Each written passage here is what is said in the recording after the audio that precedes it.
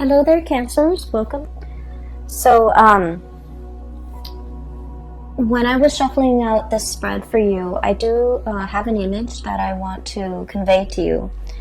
And there were words that came through. And so it's not so much about the image. It's mainly the words associated with it, okay? I feel like it has more importance.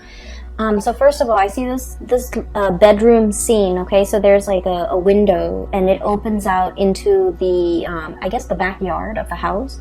And there's a tree with like a tire swing that's nailed to the branch of the tree.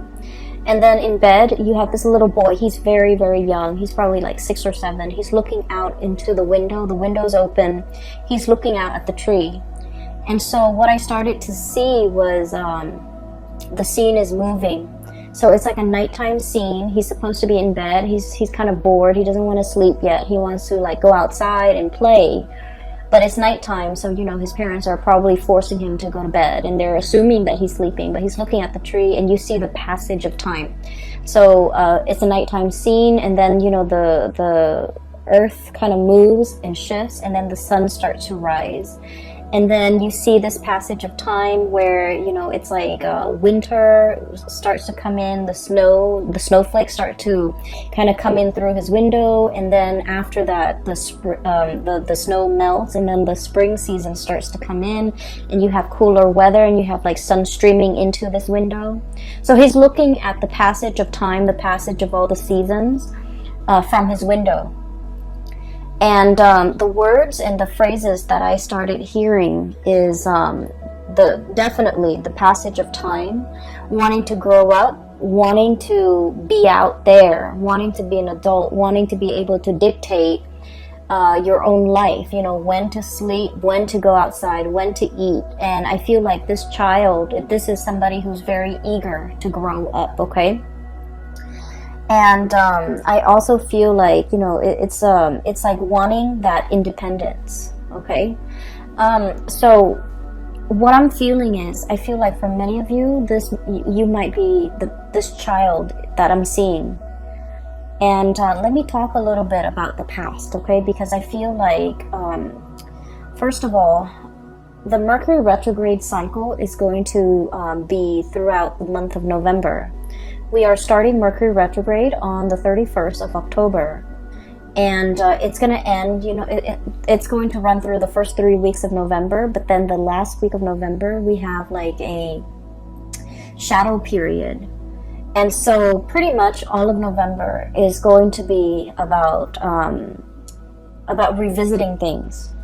And then I feel for you guys in particular, it is going to be revisiting the choices that we have made, the decisions that we have made, so that we can glean and extract wisdom from it, okay? So I feel right off the bat, this month might be a little bit uncomfortable because you're confronting your demons. You're confronting the past. You're confronting choices and decisions that you have made in the past. And I do feel the month brings about immense opportunities for transformation. If you don't like where you are, you're going to be able to change location. If you don't like the things that you have done in the past, you're going to be able to do like a 180, you know, change direction, take a different path. If you don't like the person that you're around, you're going to be able to change your group of friends. If you don't like the lover that you have, you're going to be able to switch things up, you know, get out of situation. So I do feel like it's a very reflective type of a month, okay? So going back to that original image, let me talk a little bit about where I feel like the pieces are fitting in for you guys. I feel as if for many of you, you know, when you were younger, you were very eager to grow up. Okay, you wanted to kind of like get out into the world, get your hands dirty, experience things, live life, and just not have to. I just feel like this sense of like feeling that, you know, life is like an unopened box, like a present wrapped up in a bow. And with wrapping paper, and you're so eager to like tear it open and just, you know, get your hands dirty and just really embrace and live life.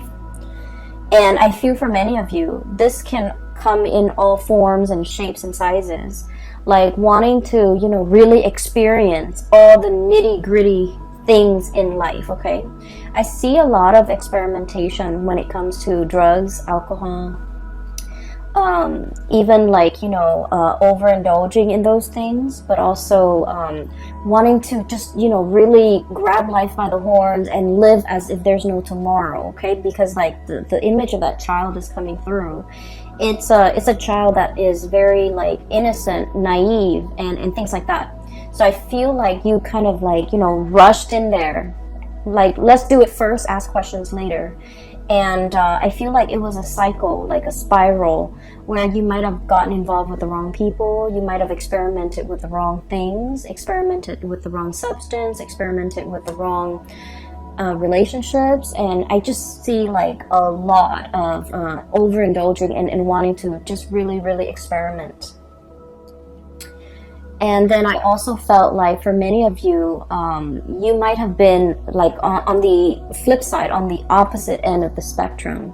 I see somebody who's like really, you know, like who has had to grow up at a very young age. There were a lot of like expectations imposed upon many of you.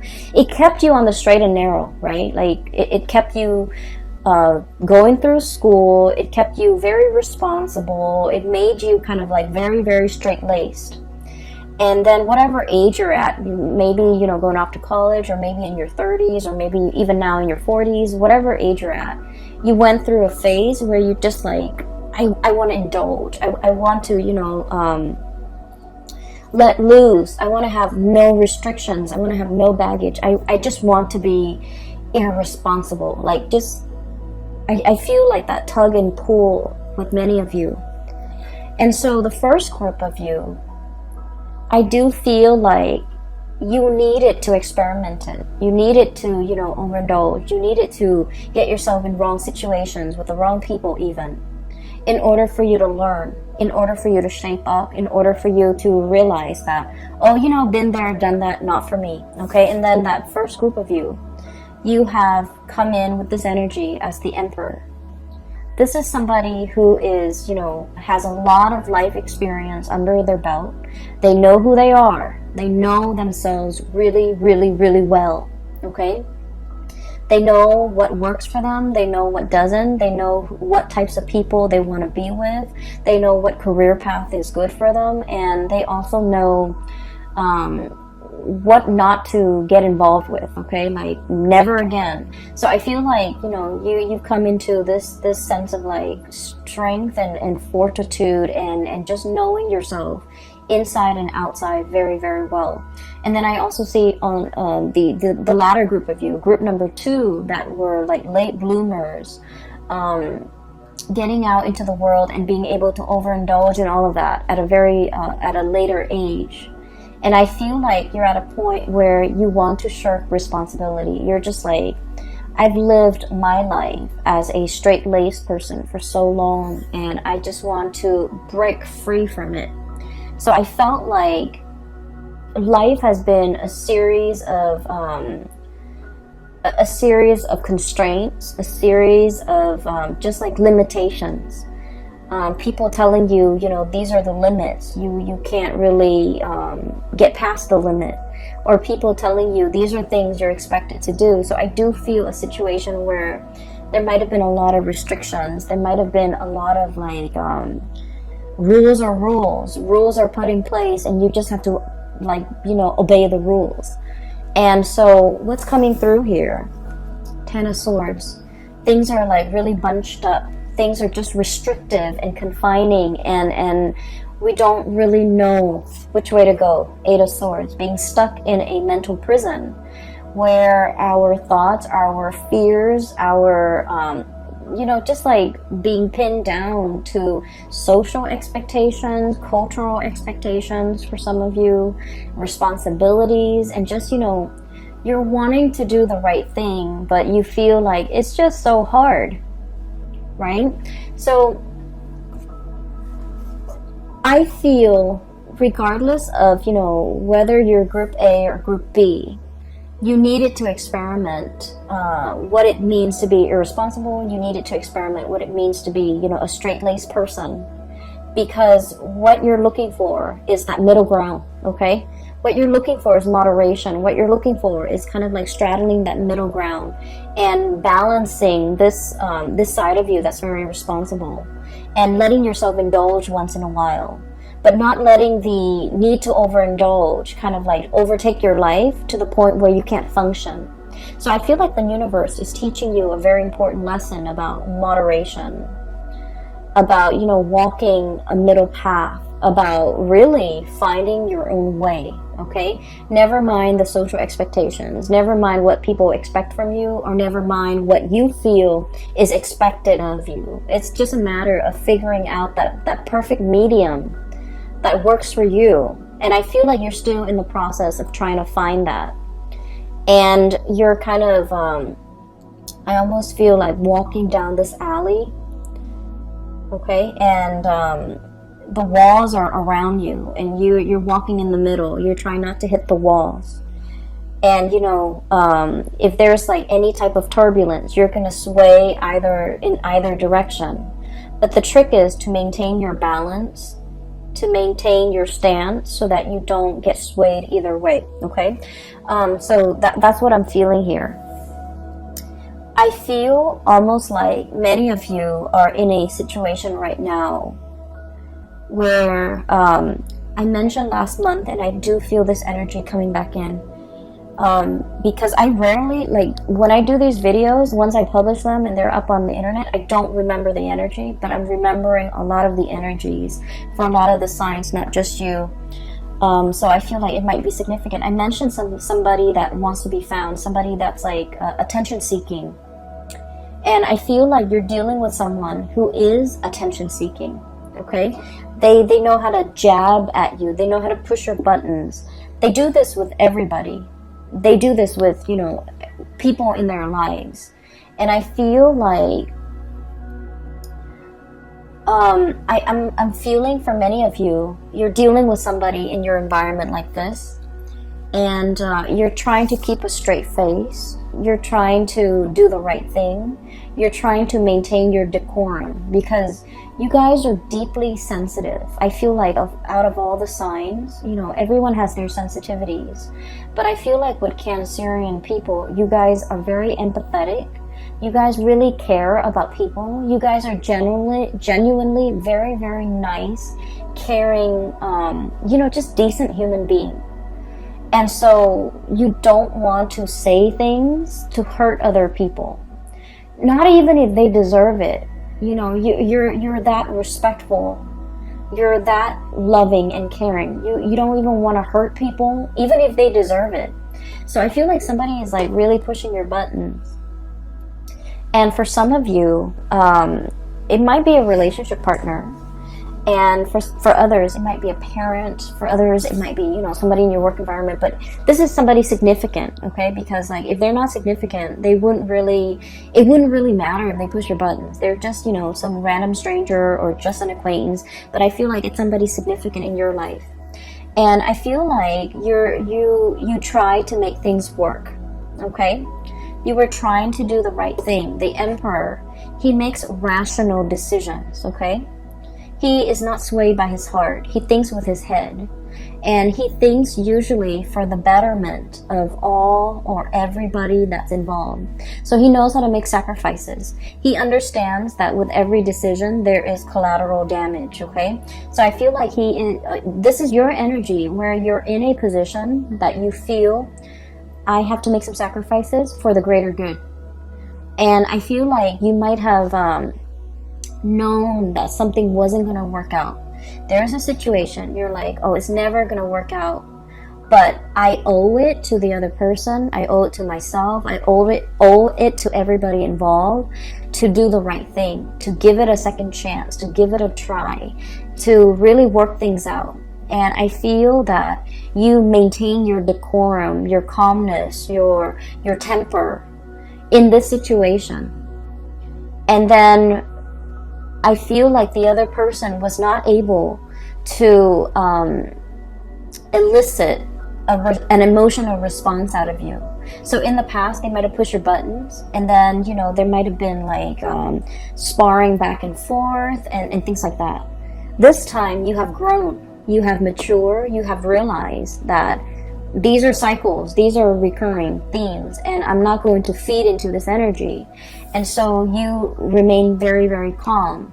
And because you remain very calm, the other person was not able to get a rise out of you, to get an emotional reaction out of you. And so I feel like they had to check themselves out. Okay? You didn't even need to lift a finger.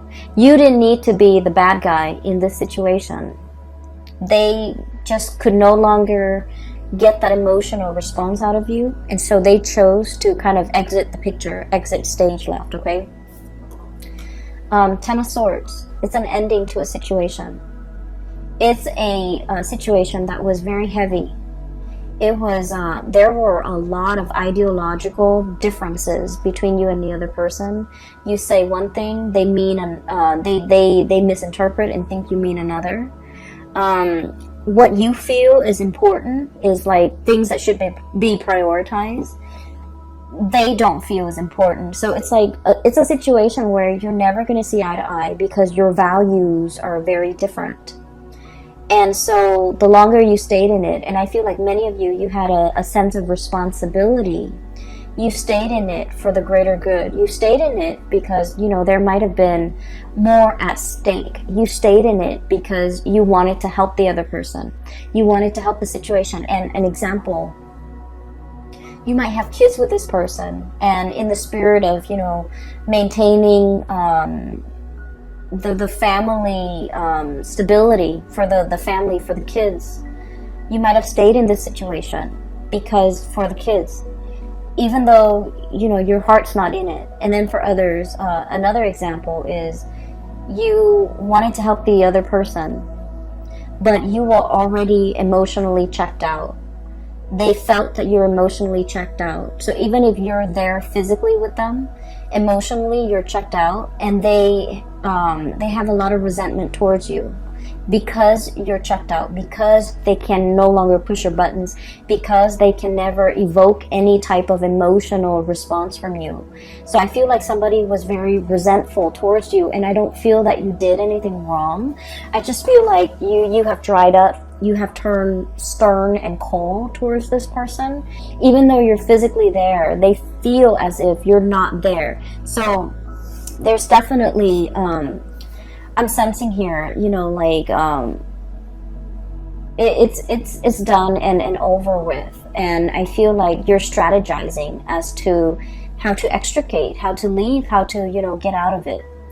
And what we have, though, with the Eight of Swords, this is, you know, being bound in that mental prison, not knowing where to go, even though you have the tools at your disposal to kind of like cut yourself free.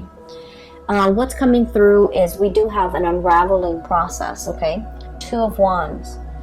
The ribbons, everything is like unraveling. Everything is coming loose. Everything is becoming lighter. The burden is no longer there. And then you have a situation where things are just becoming lighter, becoming easier, becoming better. But we're definitely dropping a lot of burdens, okay? I have the Death card, which signifies to me transformations, seeing the light at the end of the tunnel. For those of you who have been in a very difficult, rough situation, this is pretty much, you know, I look at this as when we're in this space where we're walking towards the light, we're in this tunnel, and it's really hard to see. The size of the tunnel could be, you know, God forbid, covered in spiders, covered in yucky stuff. It's very dank and damp in that tunnel.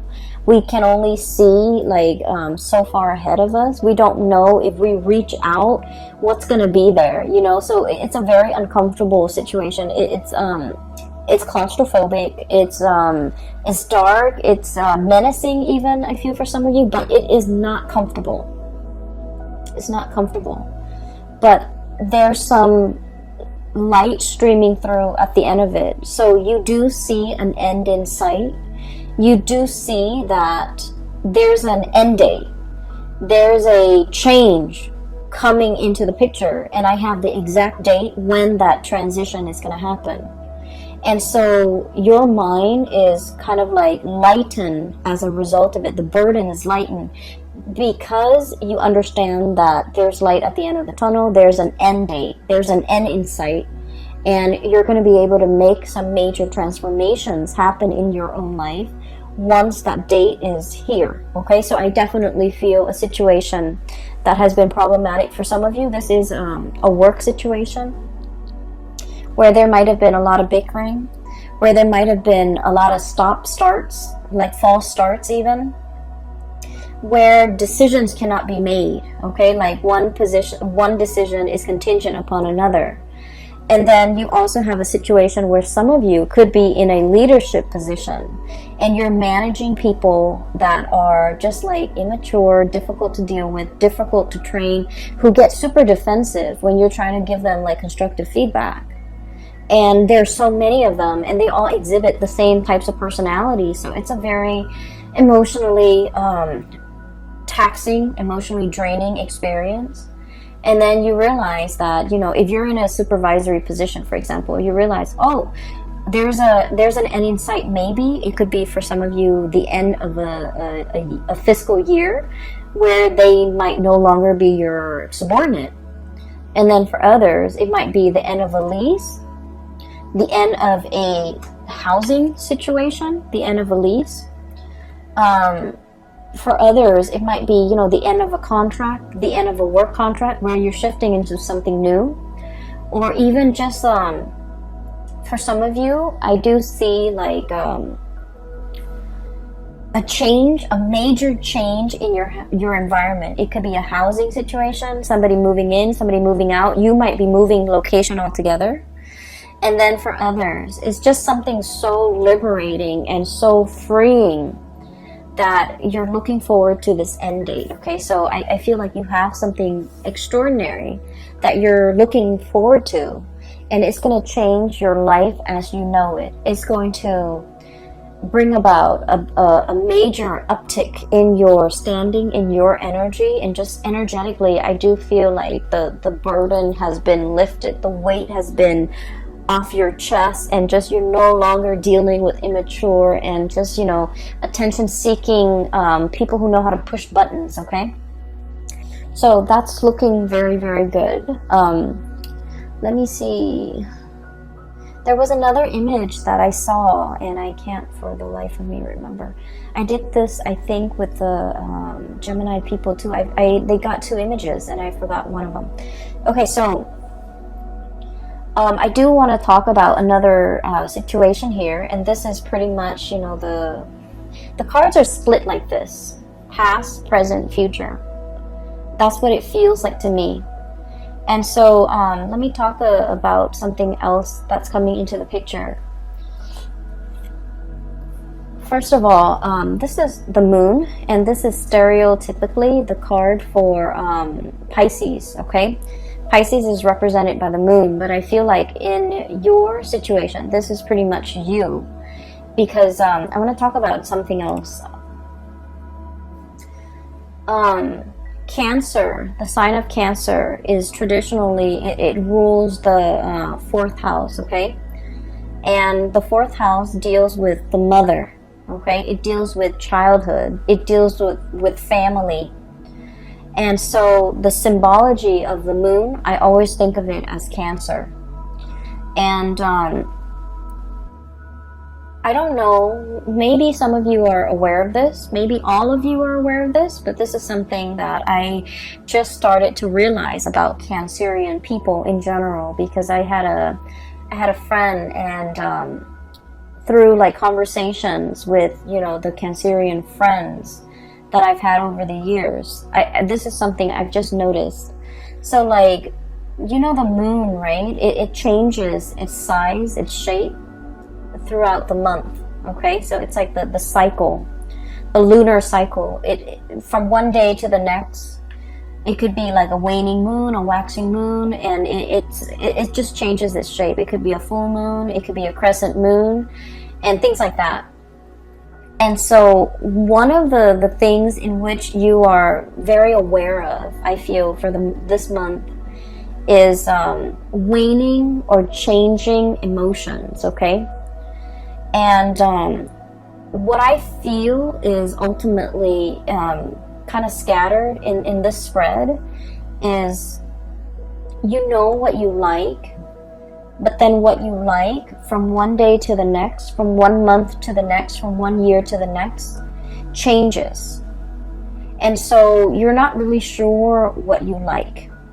You're not really sure if you're after the same things from 1 month to the next. You are also afraid to go for something because you're not really sure if next month, if that's the thing that you still want. And then you're afraid to go after something big because you're not sure if all the energy and the effort that you expend into this thing, is it going to be worthwhile when next year rolls around? Am I still going to want it as much as next year as I do now, to make all this effort worth it? You're coming to the realization about yourself, I feel, that what you want, what you value, what you desire, from one day to the next, from 1 year to the next, from one season to the next, it fluctuates and it changes. And because it fluctuates and it changes, you might be in a position where you just wait for things to happen to you rather than going out into the world and making things happen for yourself. Going after the things that you want, going after the situation, the job, the person that you want, and expending all that energy and all that effort because you're not really sure if what you want from one day to the next will be constant. And so this energy is very, very transient, okay? It basically changes with the tides. It changes from day to day, from hour to hour. And what I feel is like, for some of you, you might really love somebody, okay? You love somebody. And when they're on their good days, oh my gosh, the love is amazing. When they're on their bad days, however, you might feel like, oh, I don't know if I love this person anymore. And I'm sensing that you're at a point where, you're trying, and this is why I feel like it's so hard for Cancerian people to go after the object of their affection, the things that they really desire. For whatever reason, they have a really roundabout, way of going after the things that they want, and I've never understood it. Growing up, I've never understood it, but now, like, I feel like that's